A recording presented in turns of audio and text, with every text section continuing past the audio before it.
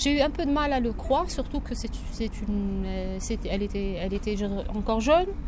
Et puis aussi, tristement, parce que c'est quand même une grande figure de l'architecture internationale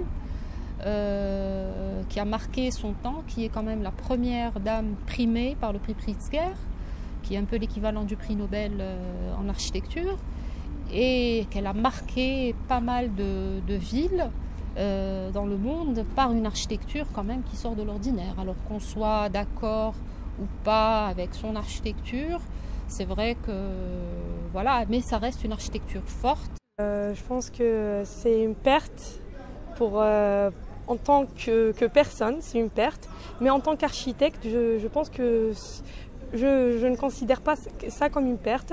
C'est beaucoup plus. Elle a laissé, pour moi, elle est toujours vivante parce qu'elle a laissé beaucoup de travaux, beaucoup de projets. Elle a plus de 500 projets. C'est une architecte de référence mondiale. J'ai été très déçue, très triste, parce que c'était une femme très brave, très compétente. Elle a donné beaucoup pour l'architecture. Elle a écrit son nom dans l'histoire de l'architecture. Elle a vécu même le futur de l'architecture. Elle travaille, j'aimais bien son style, le déconstructivisme. C'est un style à part. Elle m'a appris qu'il faut toujours persévérer parce qu'en tant que femme, elle a, je pense, subi beaucoup de pression par les hommes. Elle a été, elle a réussi seule. Elle a tracé son parcours seule. Toutes ces œuvres sont marquantes. Toutes ces œuvres, je connais particulièrement le Musée d'art moderne de Rome, donc le Maxi. Qui reste quand même un peu plus sobre que d'autres projets qu'elle a dessinés.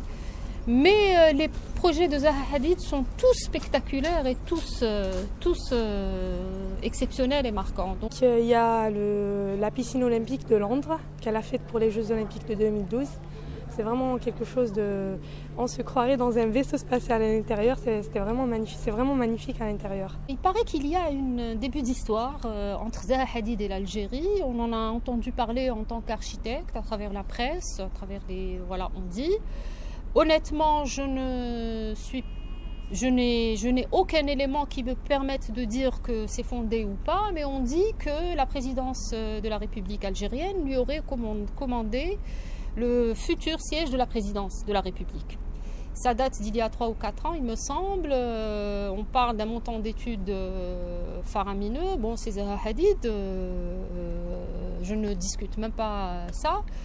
Mais pour nous, architectes, c'est un peu dommage quand même que si une signature de cette importance ait eu à faire un projet en Algérie, c'est un peu dommage que ce ne soit pas public, que ce ne soit pas que les architectes ne puissent pas être au courant un peu que ce ne soit pas carrément une question publique. Il faut savoir que l'architecte est d'abord un acteur culturel et social de son pays, de sa société, et que le débat sur l'architecture est important, est un débat public avant tout.